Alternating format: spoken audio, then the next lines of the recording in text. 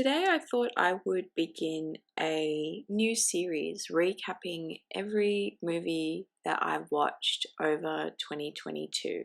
I know that there's a lot of film YouTubers who do this month to month, but I kind of missed the boat on that one at the start of the year and thought it might be a good idea to save my recaps for the end of the year and share them with you now that the year is coming to a close. I plan to do a video for each month, and today I'm going to be sharing with you the movies that I watched in January, all the way back at the start of the year. When I first began watching movies this year, I wanted to set myself some criteria. The first one being I wanted everything that I watched this year to be a new watch, something that I hadn't seen before. I don't stick to this rule as there are quite a few rewatches throughout the months, but it did help me to be more mindful of the movies that I was watching and challenge myself to watch new genres, new directors, and new styles of film. The other things that I wanted to focus on when I was watching movies this year was to not be distracted by other things such as other tabs on my computer or my phone or the people around me. I wanted to be fully focused and engrossed in the film. And I also wanted to make sure that I watched the film in full. So if there was a movie where I only watched a portion of it or put it on just to watch a couple of scenes or the ending or the beginning, that doesn't count in my list this year. The first film I watched in 2022 was Licorice Pizza, directed by Paul Thomas Anderson. It is a hangout film set in 1970s California and follows the friendship and relationship between the two main characters, Gary and Alana. This movie was really, really good, and it ticks a lot of my boxes for movies that I like and that I gravitate towards. I love movies set in the 70s. I love movies about the movies. And so overall, I had a really great time with this movie and thought it was really good fun. The performances from Cooper Hoffman and Alana Haim were really great, and it was nice to see fresh actors really have a chance to shine in, a really significant lead role. I also loved the production design. It really captured the vibe of 1970s California really well. It does run a little bit too long. The last kind of third of the movie does drag, and it does feel like a bit of a slog to kind of get towards the end. And I'm sure many of you will remember that there was a little bit of controversy around some of the jokes and representation of Asian characters in the movie. But overall, this was a really good movie and a great way to kick off 2022. Next, I watched the Harry Potter 20th anniversary special on HBO. As someone who grew up reading Harry Potter books and watching the movies and being a really die-hard fan of the franchise, this was a really nice kind of trip down memory lane. It was really nice to see a lot of the cast reminisce on different moments and memories throughout filming.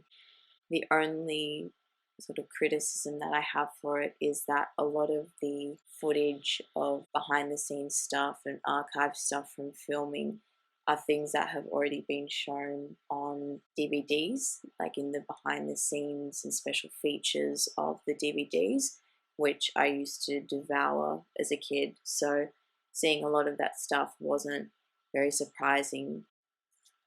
Next, I watched Dazed and Confused, directed by Richard Linklater. They say that you're never able to pick a favorite film, but I can, and it's this. This is my favorite film of all time, and I pretty much consider it a masterpiece. I love it so, so much. One day I'm going to do a video just on Richard Linklater and his films because I love them so much, and Dazed and Confused has been my favorite movie for years and years now. The film follows the last day of school for the upcoming seniors and freshmen in a small town in Texas, I think.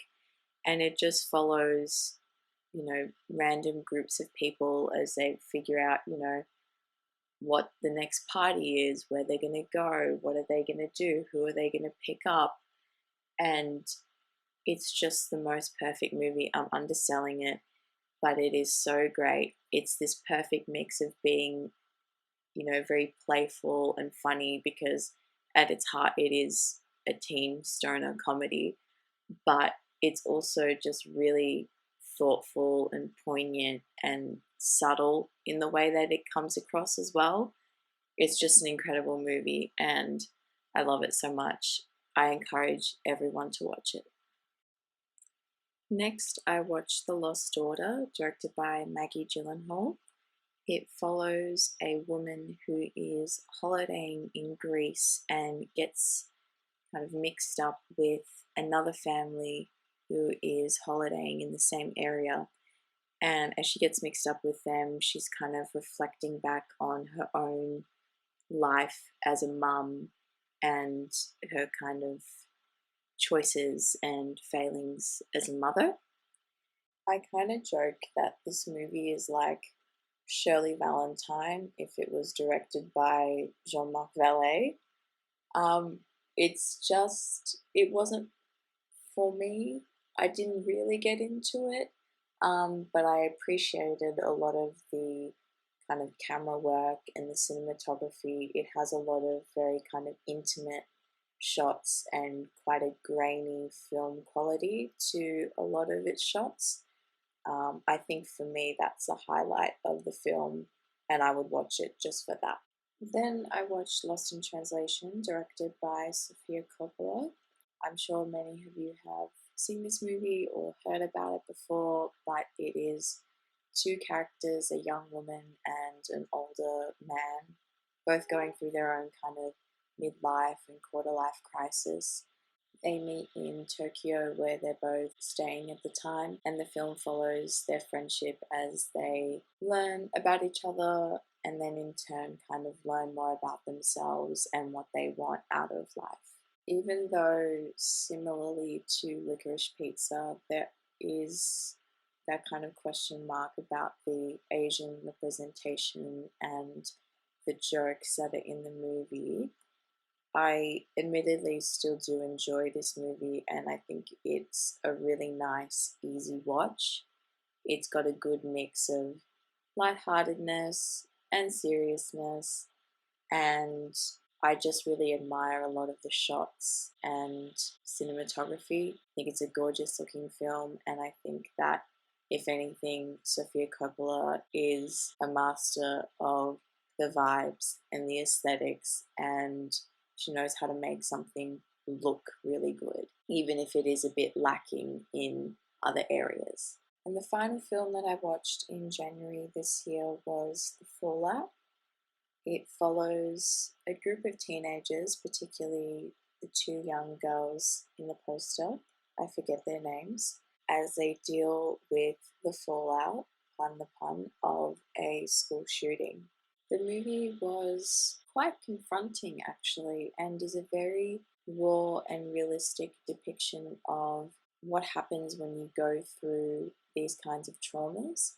And I think that the strength of this movie lies in the acting of the two lead characters.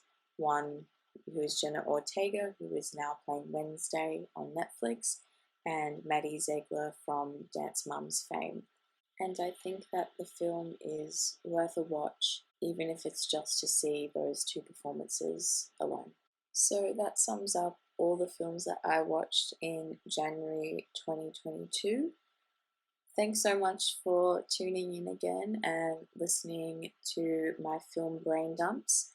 I hope to continue this series and see you in the February video. Thank you.